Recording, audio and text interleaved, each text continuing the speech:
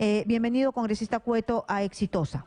Karina, buenos días. Muchas gracias por la llamada. A tus órdenes. Muchas gracias por la espera. Congresista, ¿usted cree que es pertinente, a usted le parece bien que el Ejecutivo haya presentado esta modificación al reglamento que se va a ver el día de hoy a las 7 de la noche en la Comisión de Constitución para que el presidente del Congreso se quede encargado del despacho presidencial cuando la presidenta Dina Boluarte salga del país, ya que no existe pues el tema de vicepresidentes, ella está sola? Así es, Karina. Mira, yo personalmente hace mucho tiempo comentábamos sobre esta situación tan coyuntural y tan, digamos, anormal de que tengamos primero una plancha presidencial con un vicepresidente, porque el otro estaba impedido.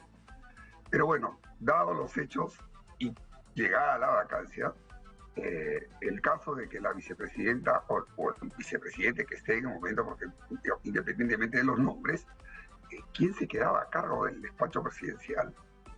Entonces, no puede ser pues el secretario, el PCM, nadie. Exitosa. Y sí me parece lógico, a pesar de que escuché al entrevistado anterior, que he estado en la mayoría de lo que ha hablado de acuerdo, sí me parece lógico que de acuerdo a la sucesión constitucional que la misma Carta Magna define, pueda el presidente del Congreso en funciones hacer las veces de representación o de encargado del despacho en cuanto dure los viajes, que normalmente los viajes del presidente son de pocos días, y en un aspecto netamente administrativo, protocolar. Yo no creo que si se da esta figura, el presidente del Congreso pues, pueda emitir alguna ley, firmar decretos supremos, porque todas esas actividades propias del gobernante deben quedar, digamos, en stand-by unos días hasta que regrese el presidente en funciones para poder gobernar, para usar la palabra que usó tu invitado, ¿no? Pero sí puede representar, no sé, en actos protocolares, en reuniones, llevar a cabo una serie de cosas que son más de índole administrativo protocolar. Yo creo que sí, para evitar que haya un vacío de poder, independientemente de quién sea la persona, la institución del presidente de la República, de la presidencia del Perú, no puede quedar vacío y mucho menos en manos de personas que digamos, ni siquiera están en el orden constitucional de relevo en estos casos tan particulares, ¿no? Muy bien, nosotros estábamos conversando hace un momento con el ministro de Justicia, José Tello, y él estaba haciendo la distinción, porque primero se dijo que él mismo dijo que eran reparaciones que se les iba a dar a los familiares de las víctimas. Exitosa. Y así lo replicaron varios medios de comunicación, reparaciones. Y yo le preguntaba cómo se dan las reparaciones si es que todavía no se sabe quiénes son los violentistas, quiénes son las personas que han salido afectadas por las protestas o por el uso excesivo de la fuerza. Eso lo van a determinar las investigaciones y es el mensaje que nos ha dado desde el Ejecutivo. Separemos aquí del grupo de violentos y el grupo de personas que han protestado bajo este derecho legítimo que hay de la protesta pacífica, ¿no? Entonces, ¿por qué reparaciones? Y nos ha dicho que no son reparaciones. Las reparaciones son al final del proceso y que esta es una ayuda solidaria de parte del gobierno. Es una ayuda desinteresada, solidaria, que se va a dar a los familiares de las víctimas. ¿Qué piensa usted al respecto? Bueno, ya hizo la distinción el ministro, me alegro de que lo haya hecho, porque efectivamente la palabra reparaciones, digamos, no está muy bien entendida. Si vemos de que efectivamente han existido y existen a un grupito mínimo de personas que haciendo uso de la violencia se infiltran en estas marchas que normalmente deben ser pacíficas y respaldadas por la misma Constitución, y han generado todos estos actos de violencia que hemos tenido, repito, y donde también, ojo, las Fuerzas Armadas, que sí tienen el uso y el empleo legal, el uso de la fuerza, que no es violencia, hemos tenido, ¿no?, personas de nuestra Fuerza Armada y Policía con daños también en físicos, ¿no?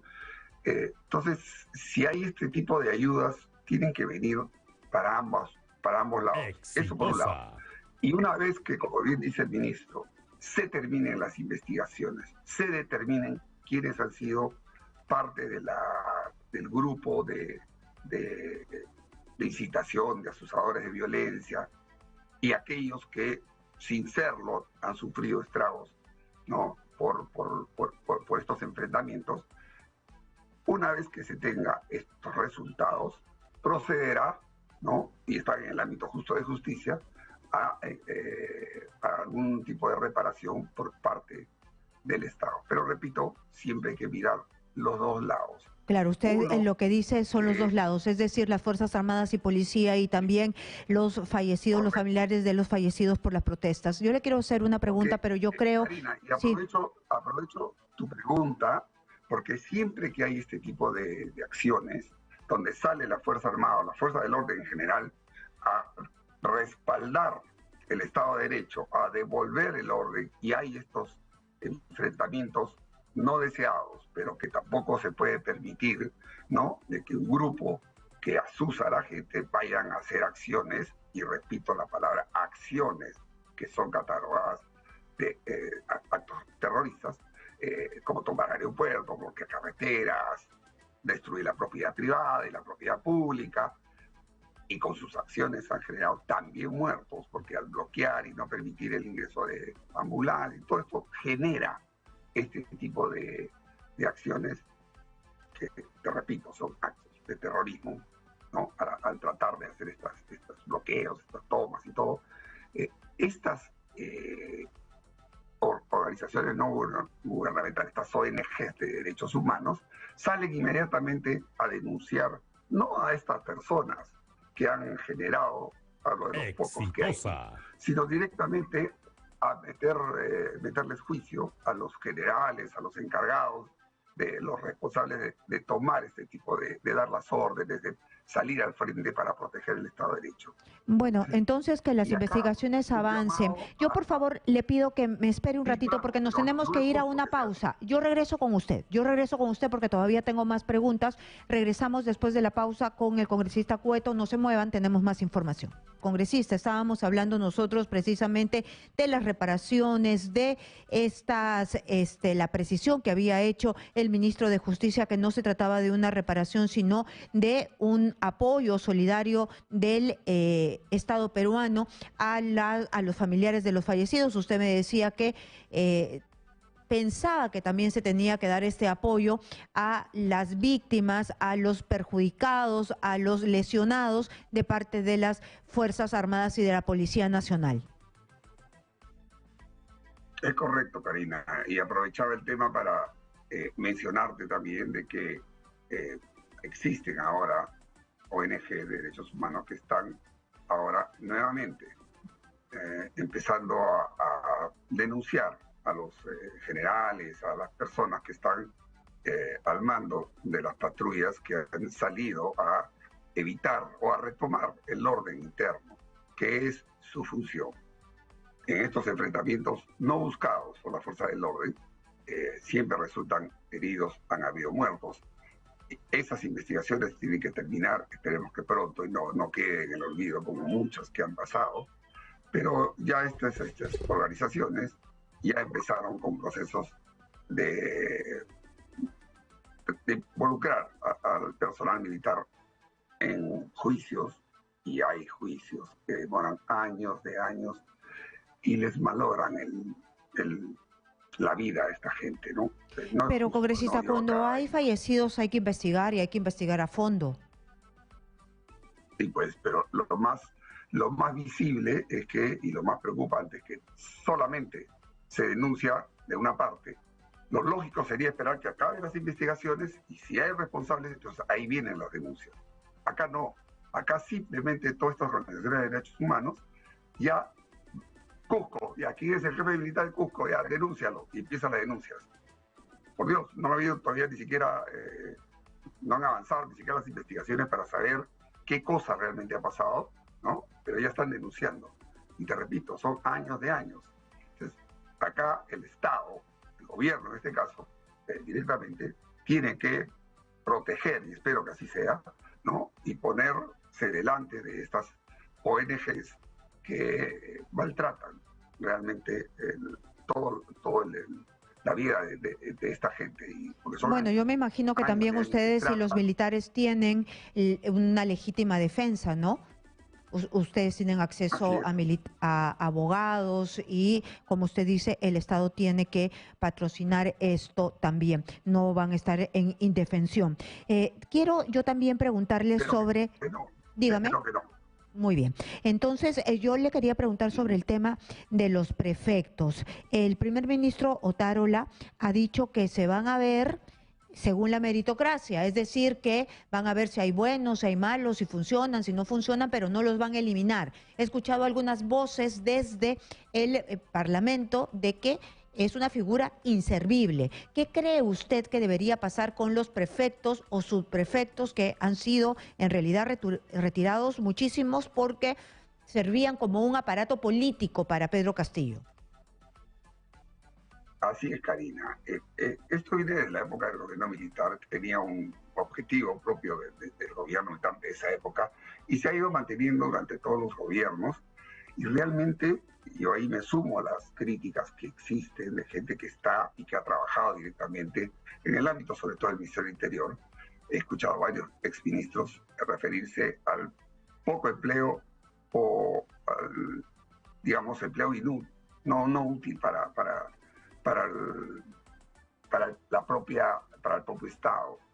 Máxime si ya tú tienes desde hace muchos años gobernaciones, gobernadores, alcaldes que se encargan del desarrollo de sus propias comunidades, sus regiones. Entonces, meter ahí una injerencia de tipo del Ejecutivo política y que ha sido justo en este gobierno del señor Castillo, que fue utilizado, ¿no? Para todas estas consejos de ministros descentralizados donde ellos se encargaban de traer las portátiles, de pagar y que han estado, hoy se está sabiendo de muchos, y lo ha dicho el propio ministro o el PCM, de que han descubierto gente, no solamente relacionada con ADEF, con área, al sur, con área, al FENAT y todo esto, que han estado trabajando con dinero del Estado, tratando de, bueno, probablemente debe ser dinero del Estado, asusando a las personas para que vayan a estas marchas y todo esto, y eso ha generado y ha devenido en que sean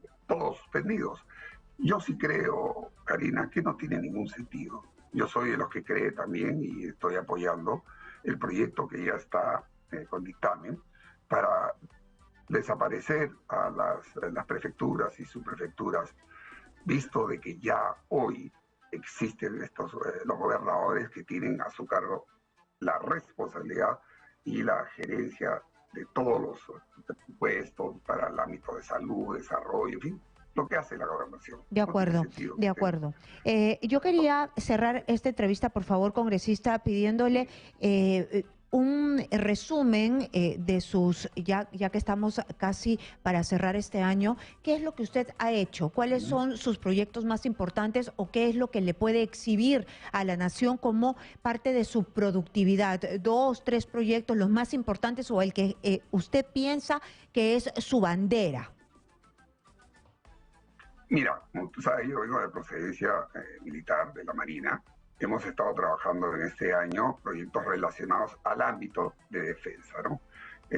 Personalmente hemos trabajado el proyecto que ya es ley de la permanencia en las comandancias generales de los comandantes generales de 2 años y que lo hemos replicado en la Policía Nacional. Hemos trabajado un proyecto de ley que tiene que ver con la alargamiento de una amnistía para que la SUCAME pueda tener un control de las armas. Hemos trabajado y está en cartera ya para salir una modificación del decreto legislativo 1133 que afecta directamente a los jóvenes, una ley, el proyecto legislativo en mi opinión, mal dado por el señor Humala y que afecta a las promociones que entraron del 2013 para adelante, ya está listo para salir. Yo personalmente, aparte, hemos trabajado un proyecto de ley que ya está también para ser visto en el Pleno, pasa que hay tantos que tiene que ver con la regulación de lo que es la inteligencia artificial, que es importantísimo para poder regular no solo los aspectos de la modernidad hoy día en el gobierno digital, hay proyectos que tienen que ver directamente con el empleo de la fuerza y hemos, valga la palabra, bloqueado algunos proyectos que van en contra del empleo de la Fuerza Armada y la Policía Nacional, ¿no? Y hemos sacado desde mi despacho proyectos que tienen que ver con la electromovilidad, que creo que es el futuro, hablando del medio ambiente, que también está para ser visto en el Pleno, ¿no? Lo que pasa es que hay muchos proyectos, muchos que están ahí. Si tuvieras la agenda de mañana, son casi 70 páginas de proyectos que están ahí en todas las áreas, ¿no? Y que a veces, muy bien. Muy bien, solamente una última pregunta, solo una última pregunta. Hay muchos proyectos, hay mucha carga, me imagino, pero hay un proyecto que es muy importante, que es la segunda votación para el adelanto de elecciones, y algunos de los congresistas de su bancada de Renovación Popular, como el congresista Montoya, no me acuerdo si usted, se opusieron al adelanto de elecciones porque querían que se reforme el aparato electoral, quería descabezar el aparato electoral. ¿Van a insistir en esto? Porque parecía que estaban insistiendo igual que la izquierda de extremos, estaba igual la derecha de extremos. Mira, yo también he votado en contra por un simple motivo, Karina. Cuando uno entra a cualquier institución, tú debes defender la institucionalidad. Yo entiendo que haya mucha gente, mis razones particulares, yo no estoy de acuerdo con lo que mucha gente de al frente, hablo del escaño, de los escaños al frente, no, se arrogan que el pueblo quiere. Yo te diría que sí, pero hay que tener reformas primero, si no vamos a estar en más de lo mismo. O sea, por eso que yo no he votado a favor hasta que no existan algunas reformas que hay más de 20 y tantos proyectos de ley que espero que en este mes de enero se puedan ver aquellas que necesitan doble votación para que en el siguiente periodo legislativo, que empiece, no sé si va a empezar en febrero o marzo, creo yo en marzo, pero antes de abril, para tener el periodo previo que ha pedido el Jurado Nacional de Elecciones, un año antes de las elecciones, para poder desarrollar todo el proceso. Antes de abril del próximo año se pueda tener la segunda votación de estos proyectos de ley que hay, y después, terminando estas aprobaciones, se vote se haga la segunda votación del adelanto de elecciones. Muy bien, pero usted también coincide con el congresista Montoya, que quiere descabezar a todos los organismos electorales, porque ahí no van a encontrar coincidencias, ¿no?, con el resto de congresistas. Yo no usaría la palabra descabezar, pero sí usaría la palabra que hay que tener cambios de las personas que no nos han dado, en mi opinión, ningún tipo de justicia electoral en los anteriores procesos y que han sido muy cuestionados. Uno de esos cambios, en paralelo, de que sí creo que deberíamos tener una renovación de la gente del jurado, de la OMP. Pero usted está hablando del fraude, del supuesto fraude. No hablo de fraude. Entonces, no hablo de fraude. Yo he hablado que no se ha llegado a tener justicia electoral en el momento que han habido muchos reclamos de los dos partidos. Exitosa. Y no han sido satisfechos. Tú, para decir fraude, que has demostrado que ha habido fraude. Así acá es. no se ha podido demostrar porque no se ha podido. No te han dado las planillas, no te han dado nada para poder decir, oiga, esto es fraude. Si no te lo dan, ¿cómo lo demuestras? Muy bien. Las irregularidades van a... Ha quedado claro. Muchísimas gracias por estar aquí, al congresista José Cueto. Muchas gracias por su tiempo.